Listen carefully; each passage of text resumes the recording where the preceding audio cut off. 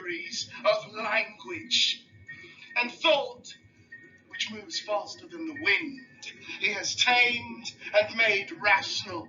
The miracle of man's speech is odd in its own way, because it's a slight departure from the sense and reality that we've had in the play up till then. It's one.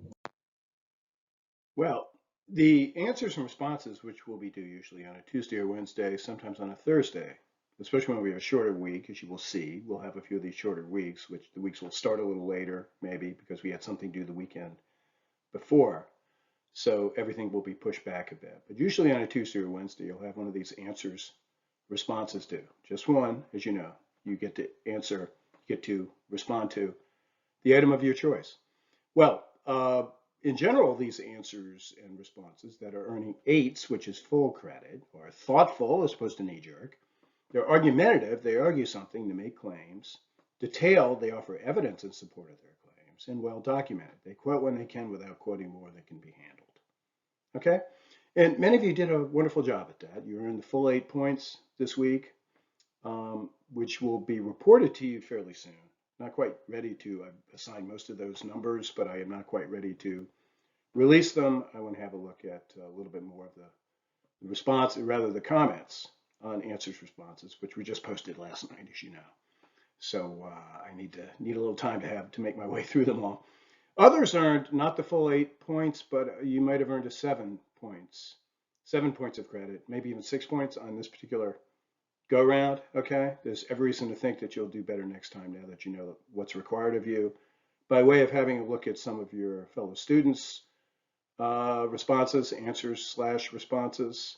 Okay, there were very few who participated who received fewer than 6 points. Okay, so keep that up. And once again, look to yourselves, look to your fellow students. You can tell the ones that are really well done, and try to imitate those and try to make a model of your own, right? So keep that up if you're doing really well. If you got a 6 or a 7, hey, that's no disaster. You'll do better next time, right? Now, regarding the comments, which we had one of them due last night, right, at 5 p.m., late yesterday afternoon, usually on a Thursday or Friday, usually by 5 p.m. And this is as opposed to those answers, responses, which you do every Tuesday or Wednesday or even Thursday by 5 p.m., try to do for these comments. Now, here we fell a little bit shorter of where, as a class average, than I was hoping. People still did a very good job, most of you. Try to do exactly what you do on the answers / responses, just typically at a little less length. Okay, a briefer paragraph, perhaps 3 or 4 or 5 sentences. All right, but do what you do on the answer / response, which is to say that you argue, quote, and analyze even as you address one another's arguments. Okay, make your comments argumentative. Make them take issue. Or if you don't take issue with something one of your fellow students has said, you always want to zero in on what one of your fellow students has said, right? In the answer / response segment, which is due earlier in the week, you find one of those, you target it, and what you do is you either celebrate it. You always want to, either whether you celebrate it or whether you, I hope not denigrate, but whether you challenge it. You're always offering evidence and support. That's the key. And I've tried to make that very clear. I hope that I have. I think that I have. I did notice that some people did a little bit of cheerleading this time around. We want something more than that, okay? Cheerlead, yes, but you got to have some substance in your celebration, some substance in your, your challenge. And so that substance is to be found in the work itself, right? In the logic of your fellow students' answer response, you may notice a problem with logic. You can point that out as well. But make sure you quote support somewhere, okay, in these comments, as well as in the answers / responses. Hey, I noticed that a few people offered more than one comment. That's great. Make sure that at least one is argumentative. Give evidence. Again, I like it very much that some of you went beyond what was minimally required. That's very heartening. We will have weeks ahead of us when you will not have the time to do that, but still, this was just fabulous. Okay, I wanted to just say a word on this whole question of the humanities and how these two particular authors, Arnold and Edmondson being a 21st century author, Matthew Arnold being a 19th century author, how surprisingly, even though they are separated by so many years, a century and a half at least, really you're talking about the same thing, right? Edmondson talks about this business of framing an argument. And I wanted to suggest to you that what he means by that, right? That's what you learn, that's what the humanities tend to teach you. Taking an English class as opposed to a class in chemistry tends to inculcate in you this capacity, the capacity to frame an argument. I want you to think a little bit about the metaphor of the frame. Think of that frame that's outside of any particular thing we happen to be arguing, but that seems to cover it and seems to be in some way a reference point for that argument. Okay, I want you to think of the larger frame, not in the sense of like the frame around a painting, a border which delimits, but rather this larger frame of significance outside of this item that's within the frame, right? That points to a larger frame, which itself perhaps points to a yet larger frame, right? A yet larger frame of meaning and significance. What I want to suggest to you is that both of them seem to be talking about the same thing. That's what the humanities help us to do that, for example, hard sciences might not. We are constantly, when we're in a humanities course, looking at the larger significance of what more particular thing we happen to be looking at. And what I wanted to suggest to you is that's what Arnold is talking about in some of these heady passages, which you may have read through, as I asked you to do, right, without pausing to take up a whole afternoon reading the entire work, which I did not expect. Okay, but I was hoping you'd have a look at some of the material in Arnold, especially the stuff that is italicized. And I just wanted to call your attention is that you see here over there on the right, I have enlarged and highlighted a few of his passages that are of special interest with respect to this Arnold-Edmondson connection, which has to do with the humanities and the value of the humanities. This is what the humanities tend to do, right? They tend to give us a kind of more, or engage us in a more synthetic enterprise, as opposed to, I would argue, an analytical enterprise, which is a lot more like what you do in a chemistry class, a physical science class, right? It's all about analysis, which is not to say that you're not interested in molecules and what happens when you add things together. You are, but it's largely an analytical enterprise of breaking things down into their constituent units and seeing how they tick, right? The synthetic activity of a humanities major, humanities professor, what have you, the humanities enterprise at large, is a little bit different, right? As he puts it, and I'm going to be just picking up right in the middle here, right? He's been talking about these certain powers that we have need of. As he calls it human nature. It's about 5 or 6 lines down. Human nature is built up by these powers, right? The power of conduct, the power of intellect and knowledge, the power of beauty, as he enumerates them. We have need of them all. And he says that, the scientists agree. This is evident enough, and the friends of physical science will admit it. Perhaps they may not have sufficiently observed another thing, namely, he argues, that these powers just mentioned are not isolated, but there is in the generality of mankind a perpetual tendency to relate them one to another in very different ways, or in a multiple of ways, right?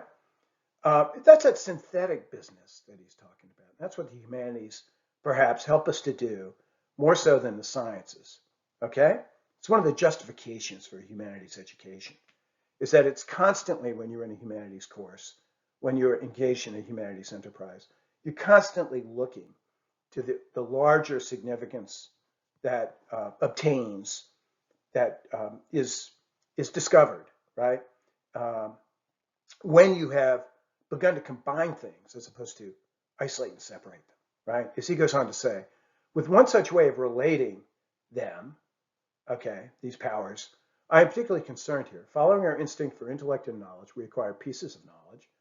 Presently, in the generality of man, there arises the desire to relate these pieces of knowledge to our sense for conduct, to our sense for beauty. And here's the simplest way to put what he's talking about here, okay? And that's what the strength as he says here, the strength of that hold which letters, which the humanities, is what he's talking about here, have upon us, is that it serves that desire to put all these things together, to see the larger meaning. I mean, ultimately, it's easy to make fun of this, right? The humanities deal with the meaning of life, the meaning of everything, right? Our attempt to make sense of our larger existence. But let's get a little more specific than that and a little less grandiose. Okay, think of this example. A chemist discovers, right, what goes into, what happens when cadmium is combined with oxygen at 6,000 degrees temperature. And that's a very interesting fact, especially if you're a chemist or you want to do anything in the physical sciences, in technology. I mean, I'm not minimizing the importance of that. That's how you maybe design a new iPhone or create a new capacity for whatever vehicle you happen to be working on. If you're designing a car, this knowledge that we can get, these little atoms of knowledge that we can derive, right, from the physical sciences are intensely important to whatever material enterprise we have before us, whatever technological enterprise we have before us. However, I want you to think about this, right? You collect all these facts and you put them together. You build that, let's say that car. That's a little bit of an improvement on the previous car, right? How have you at that point decided how you're going to vote in the next election? And I want you to pause and just think about that, okay? How you're going to vote in the next election is not something that can be decided in the science lab. How you're going to vote in the next election, right? Maybe you're on the fence a little bit. Actually, this next election, I don't know too many people who are on the fence. But let's say you are. How are you going to make the decision, right? It's probably out of some attempt on your part to synthesize all these different pieces of knowledge that you have. One of them might be how cadmium and oxygen react when put together at 6,000 degrees, right? But probably it will also include a whole bunch of other things, a whole bunch of other bits of knowledge that you have acquired, right? That really do have to do with this business about conduct, about intellect and knowledge, about beauty, the social life and manners. What sort of social life do you want to live? What's the consequence of certain activities that occur outside the world, okay, of bench science in the chem lab, right? What is the consequence of certain modes of social life combined with certain other modes of social life, combined with, for example, your sense of what is pleasing and what is good? All these things put together into this big synthetic whole. How do you put it all together and make a decision on how you're gonna behave when the next vote comes around, when the next election comes around, right? There's a strong, okay, case to be made, and I think it's at the basic premise of the humanities. This is the case for humanities, is that science, for all of its power, all of its efficacy with respect to our material flourishing, cannot solve these large frame, to go back to Edmondson's language, these large frame questions, that the humanities do a lot better job of that. Humanities, like, for example, a philosophy course in which you study the power of beauty, maybe, the power of intellect and knowledge. What it means to know a thing is something that you study. What it means to say that a thing is beautiful. The validity of calling one thing beautiful over another thing. The argument for, in fact, believing one philosophical position or one political position over another one. The larger frame, which combines all of these different enterprises, that results in a vote that you offer one way or the other. The humanities seem to serve this larger, consequential enterprise.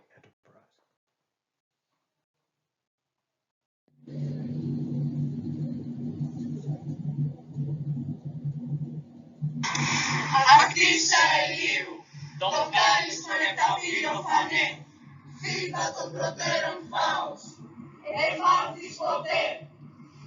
Odisseas, Almeias Método, Viviero Mireie Orgulhosa, Tom Lefkaspi, as voces nefanda, Foda da Massagia, Cigana da Pródromo, Oxigênio.